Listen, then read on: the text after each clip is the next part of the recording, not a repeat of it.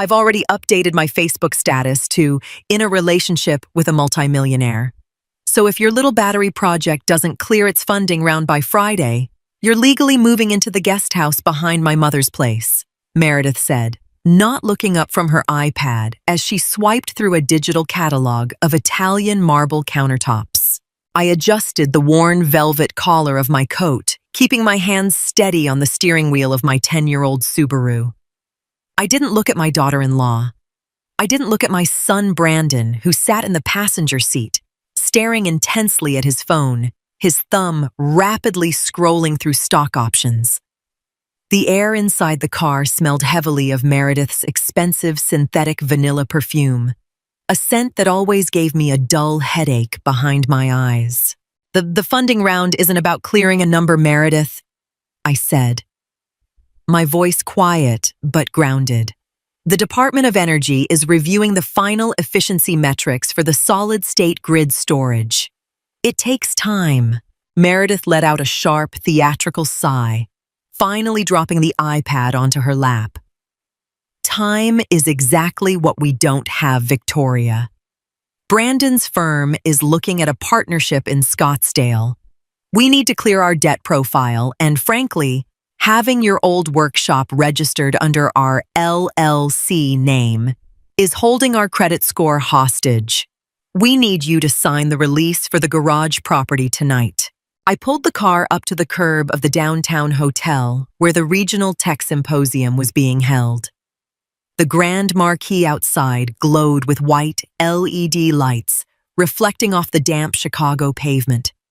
I looked at Brandon, waiting for him to say something. For 30 years, I had watched him grow from a boy who collected broken radios into a man who wore custom-tailored suits he couldn't yet afford. Brandon, I asked, softly. He finally looked up, his expression a mix of exhaustion and calculated detachment. She's right, Mom. The garage is just sitting there. Dad's old tools are rusting. If we transfer the title to Meredith's family trust, we get a bridge loan to cover the Scottsdale down payment. You can still use the space. We'll just put it in writing. A bridge loan secured against your father's life's work, I stated. It wasn't a question. It's practical, Victoria. Meredith cut in, already opening her car door. In the real world, sentimentality doesn't pay a mortgage. We're going inside to network. If you're going to sit in the back row and mope about the past, at least sign the notary papers we left on your kitchen table before we get back tonight. The ballroom was an ocean of navy suits, diamond earrings, and the ambient hum of polite transactional laughter. I stood near a catering station, holding a small plate of untouched appetizers, watching my son. Brandon was leaning against a high-top table, laughing a little too loudly at a joke made by a venture capitalist whose name I recognized from the local business journal. Meredith stood beside him, her hand resting possessively on his arm, nodding with practiced enthusiasm. I looked down at my hands. They were stained at the cuticles with industrial grease that never completely washed out, a permanent reminder of the thousands of hours I had spent over the soldering iron after my husband passed away. When the insurance money had run out 6 years ago, everyone told me to sell the workshop and buy a condo in a retirement community. Instead, I had spent my nights reading engineering journals and testing polymers. Victoria, is that you? I turned to see Dr. Eris Thorne, the head of the evaluation committee for the State Innovation Grant. He was holding a glass of club soda, his white hair neat, his eyes warm behind thin wire frames. "Hello, Eris," I said, offering a genuine smile for the first time all evening. "I looked for you at the VIP reception," Eris said, lowering his voice. "The board finished the final audit on your battery cell degradation metrics this afternoon. The baseline retention after 10,000 cycles is 92%. Victoria, nobody in the private sector has achieved that yet. The federal allocation is approved. The contract is being drawn up as we speak." I felt a sudden tightness in my throat. It wasn't the wild euphoria I had imagined during those freezing winter nights in the unheated garage. It was simply a profound, heavy sense of relief. The allocation. What's the initial figure? $450,000 for the first phase, with a commercial manufacturing guarantee from General Electric for the infrastructure rollout, Aris said, smiling thoroughly. You're not a hobbyist anymore, my friend. You're the principal contractor for the Regional Clean Grid Initiative. They're announcing it before the keynote speech in 20 minutes. I looked back toward the high-top table. Brandon and Meredith were gone. I checked my phone. A text from Brandon read, Meredith's head hurts. We took an Uber to the restaurant down the street. Good luck with the presentation. If you think for 1 second that your little government pat on the back changes our financial reality, you're living in a fantasy world, Meredith said the next morning, slamming a box of almond milk down onto my kitchen counter. I was sitting at the wooden table, a cup of black coffee between my hands. The morning sun was hitting the old linoleum floor, highlighting the scuff marks where my husband's workbench used to sit before I moved it to the garage. I saw the local news clip online. Meredith continued, her voice rising as she paced the kitchen. $400,000 is nothing after taxes and overhead. It doesn't even cover the commercial liability insurance for a manufacturing plant. You're 62, Victoria. You don't have the stamina to run a startup. If you don't partner with an established firm like the one my uncle sits on the board of, that grant money will be eaten up by legal fees before you produce a single kilowatt. Brandon walked into the kitchen wearing his bathrobe, looking uneasy. He avoided my eyes as he poured himself a cup of coffee. Mom, Meredith has a point. The scale of this is too big for a single technician in a residential garage. We should consolidate. We can form a family corporation. I can handle the financial operations, Meredith's uncle can manage the compliance, and you can focus entirely on the lab work. I took a slow sip of my coffee. I realized then that my mistake hadn't been keeping them out of my work. My mistake had been allowing them to think I needed their validation to survive. For years, I had apologized for the mess in the garage, apologized for the late nights, apologized for not being the wealthy retired grandmother Meredith could show off at her country club brunches. The grant is issued to me personally as the sole inventor, I said, my voice completely devoid of anger. The contract stipulates that the development must take place at the registered facility, which is my garage. The LLC you created for me last year to help with taxes only has a 5% stake in the intellectual property. I reviewed the operating agreement this morning. Brandon froze his coffee mug halfway to his mouth. Meredith laughed a sharp, ugly sound. Are you serious? You're going to shut your own son out of a federal contract because of some legal technicality. After everything Brandon has done to help you keep this house. Brandon hasn't paid a bill on this house since his father died, I said, looking directly at my son. In fact, I took out a second mortgage 3 years ago to help with his business school tuition. A mortgage I am still paying off with my pension. Do not lecture me about what Brandon has done to keep this house, Meredith. The atmosphere in the house turned into a cold, transactional war over the next 2 weeks. Brandon stopped speaking to me, entirely communicating only through short, formal text messages about shared utility bills. Meredith, however, changed her strategy. The aggressive demands ceased, replaced by a sudden, suffocating display of domestic helpfulness that made my skin crawl. I brought you some of that organic green tea you like from the market downtown, Meredith said. Tuesday afternoon, setting a premium tin on the lab bench in the garage. She was wearing an expensive athleisure outfit, looking completely out of place among the heavy-duty voltage testers and lithium-ion cells. I didn't stop my work. I was carefully calibrating a thermal sensor on a prototype module. Thank you, Meredith. You can leave it by the door. Meredith didn't leave. She lingered by the workbench, her eyes drifting over the blueprints pinned to the corkboard. You know, Victoria, Brandon has been really depressed lately. His firm didn't get the Scottsdale account. They said his personal asset profile wasn't stable enough.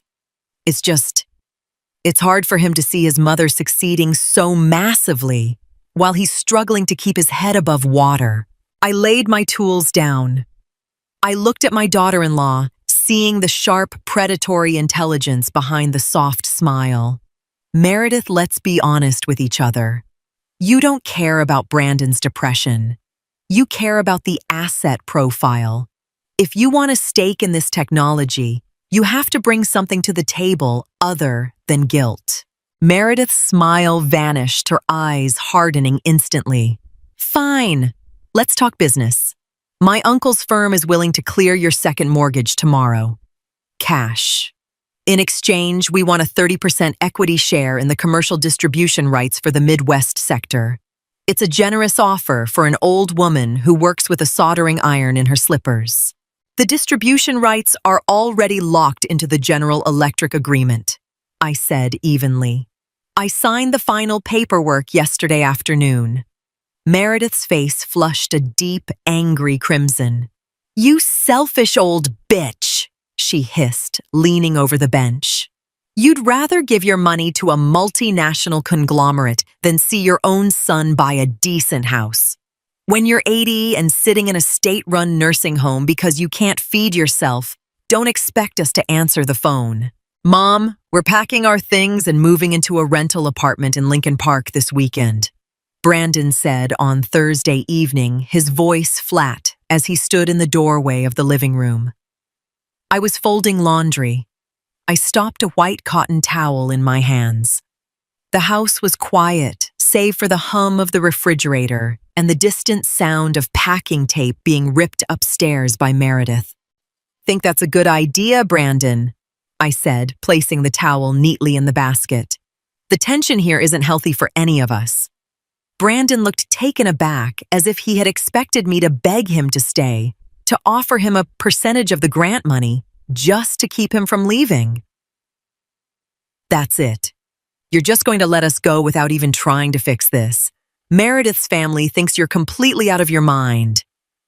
They think you're being manipulated by the university people.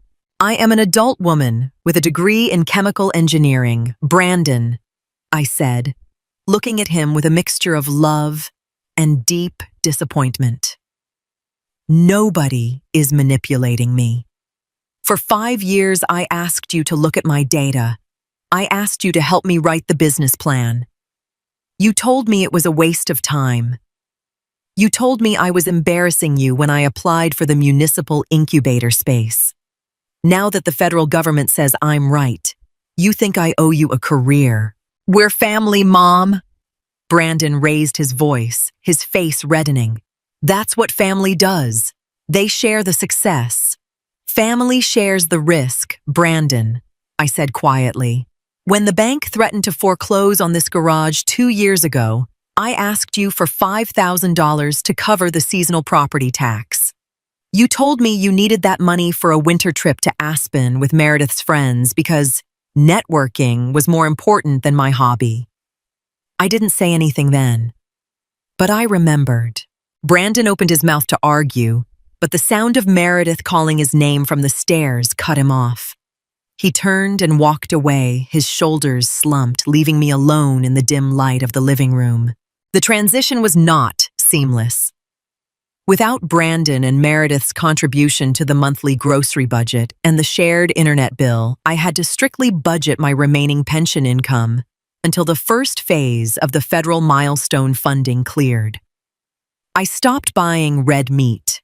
I turned the thermostat down to 62 degrees wearing 2 thick woolen sweaters while I worked in the garage. One evening, Eris Thorne stopped by to drop off the updated safety compliance forms. He found me working by the light of a single LED desk lamp, my fingers stiff from the autumn chill creeping through the uninsulated garage walls. Victoria, this is absurd, Eris said, looking around the cold space. The university has an empty lab space in the engineering annex. It's heated. It has a full equipment suite. Why are you torturing yourself out here? Because if I move the testing rigs to the university, the intellectual property becomes subject to the board's patent-sharing bylaws. I explained, my breath pluming slightly in the cold air. My husband built this garage with his own hands. Every bolt, every beam. I promised him before he died that whatever came out of this space would belong entirely to our family's future, even if that future looks a little smaller than I hoped. Aris sighed, setting the papers down on a clean spot on the workbench. Your son called my office yesterday, Victoria. My hand paused over the digital multimeter.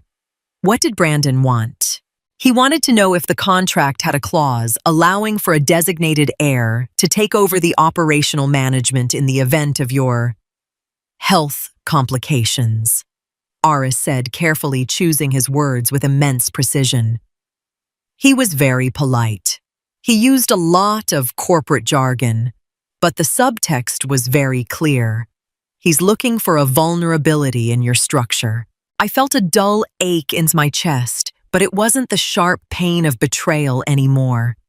It was just the cold realization that some bonds cannot survive the weight of ambition. Thank you for telling me, Eris. Ensure the legal team adds an explicit clause stating that operational control defaults to the University Foundation if I am unable to perform my duties, no private individuals. The water main in the basement broke because you didn't have the pipes insulated before the first frost.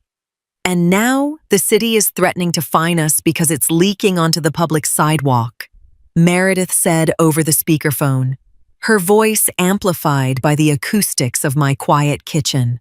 I held my phone away from my ear, looking out the window at the gray November sky. Meredith, you've been out of the house for 2 months. The water main is on my side of the property line. It doesn't affect your rental apartment. It affects our credit profile because the city still has Brandon's name listed as a co-owner on the original municipal deed from when your husband died, Meredith snapped. We're trying to get a car lease on a new BMW, and this outstanding utility violation is showing up on our report. You need to call the department and tell them it's your sole responsibility. I've already submitted the affidavit to the city clerk, I said calmly. The processing time takes 30 days. You'll just have to wait on the lease. We can't wait, Meredith shouted. Brandon's new boss is hosting a dinner at the country club this weekend, and we can't show up in that old Honda Civic. It's about image, Victoria. Something you've obviously never understood while you're living like a hoarder in that disgusting house. Brandon's voice came through the background, muffled but distinct. Meredith, stop it. Just give me the phone. There was a brief sound of scuffling, and then Brandon's voice became clearer. Mom? Look, I'm sorry about Meredith's tone. She's stressed. The Lincoln Park place is costing us twice what we planned, and my commission structure changed this quarter. Can you loan us $10,000? Just until January, we'll sign a promissory note. Real interest. I looked at the small pile of bills on my counter, the ones I had successfully paid on time through careful management of my modest funds. I don't have $10,000 liquidity right now, Brandon. Every cent of the initial grant phase is allocated to raw materials and certified testing labs. I don't take a salary until the prototype passes the state safety review next month. You don't take a salary? Brandon sounded genuinely incredulous. You're sitting on a $500,000 federal allocation, and you're telling me you can't help your own son cover a security deposit and a car payment. Who are you saving it for, Mom? You can't take it with you. I'm saving the technology, Brandon, I said. And then I hung up the phone before he could reply. The state safety review was held on the first Tuesday of December at the regional testing facility in Naperville. I arrived early, carrying my prototype modules in a heavy foam-lined Pelican case I had wheeled through the light snow. The room was filled with representatives from the State Utility Board, independent safety engineers, and 3 executives from General Electric's Grid Modernization Division. As I set up my testing rig, I noticed 2 people sitting in the public observation gallery at the back of the small auditorium: Meredith and Brandon. Meredith was wearing a faux fur coat, her face tight with a mixture of anxiety and intense curiosity.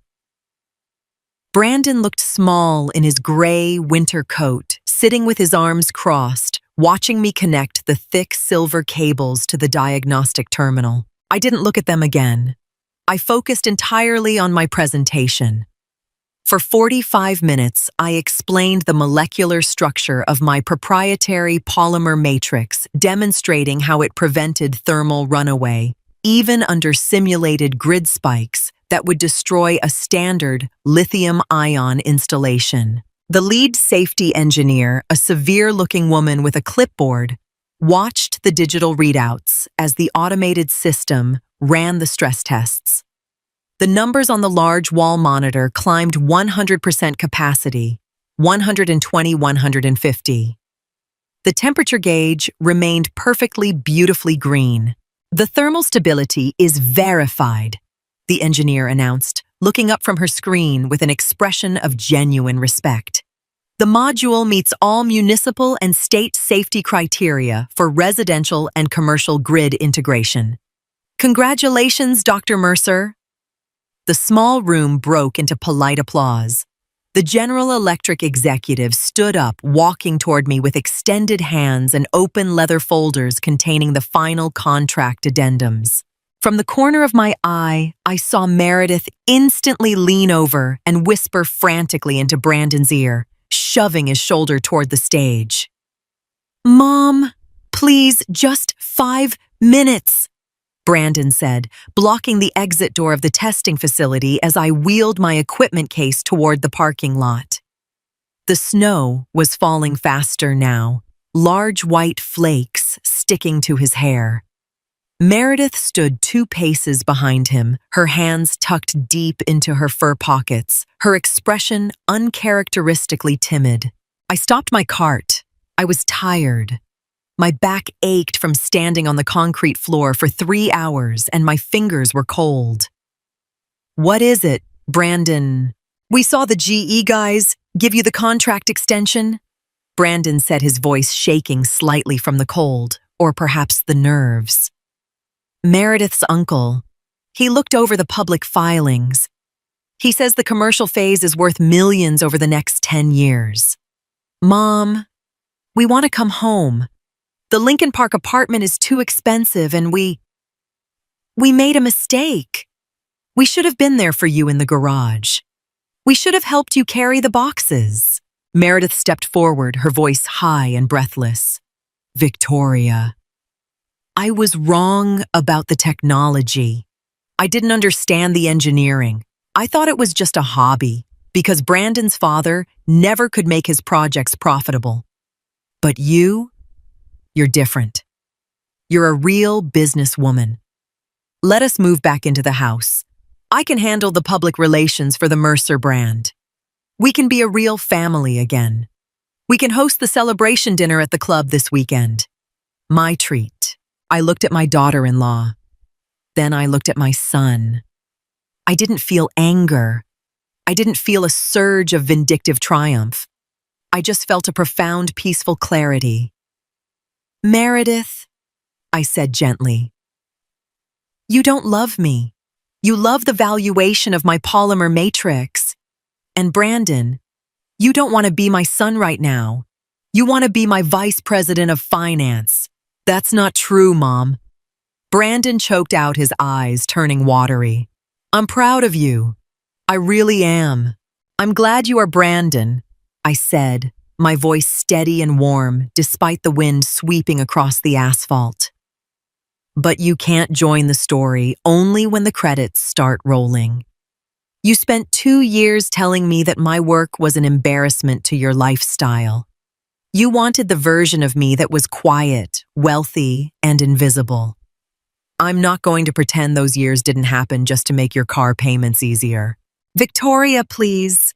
Meredith pleaded, her manicured hand reaching out toward my coat sleeve. We're your family. You can't just leave us behind. I'm not leaving you behind, Meredith, I said gently, stepping back out of her reach. I'm just leaving you exactly where you chose to stand. The kitchen was warm when I returned home. I had turned the thermostat up to 70 degrees, a luxury I could now comfortably afford without checking my bank balance first. The old wooden house felt spacious, not empty. The quiet was no longer heavy, it was clean. I sat down at the table with a fresh cup of tea, looking at the notary papers Brandon and Meredith had left on the kitchen counter months ago, the ones demanding I sign over the garage. I picked them up, walked over to the recycling bin, and dropped them inside without looking at them again. Tomorrow, the university movers would arrive to help me transport the heavy equipment to the new commercial incubation facility downtown. I would finally have a team of young engineers helping me build the full-scale grid modules. I would have proper funding, a heated workspace, and a regular salary. But tonight, I walked out to the garage one last time. I turned on the overhead fluorescent lights, listening to them hum and flicker before settling into a steady glow. I looked at the old wooden workbench my husband had built, the one with the deep gouges from old chisels and the dark stains from oil spills. I realized then that my journey hadn't been about proving my son wrong, nor had it been about punishing my daughter-in-law for her superficiality. My mistake in the past hadn't been loving my family too much. It had been allowing their small definitions of success to dictate my sense of worth.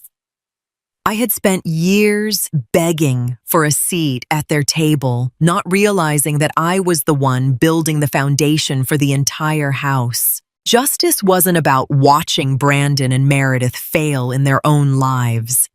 It was about allowing them to experience the natural consequences of their choices, while I finally gave myself permission to succeed. I turned off the garage light, stepped outside into the crisp, quiet winter night, and locked the door behind me.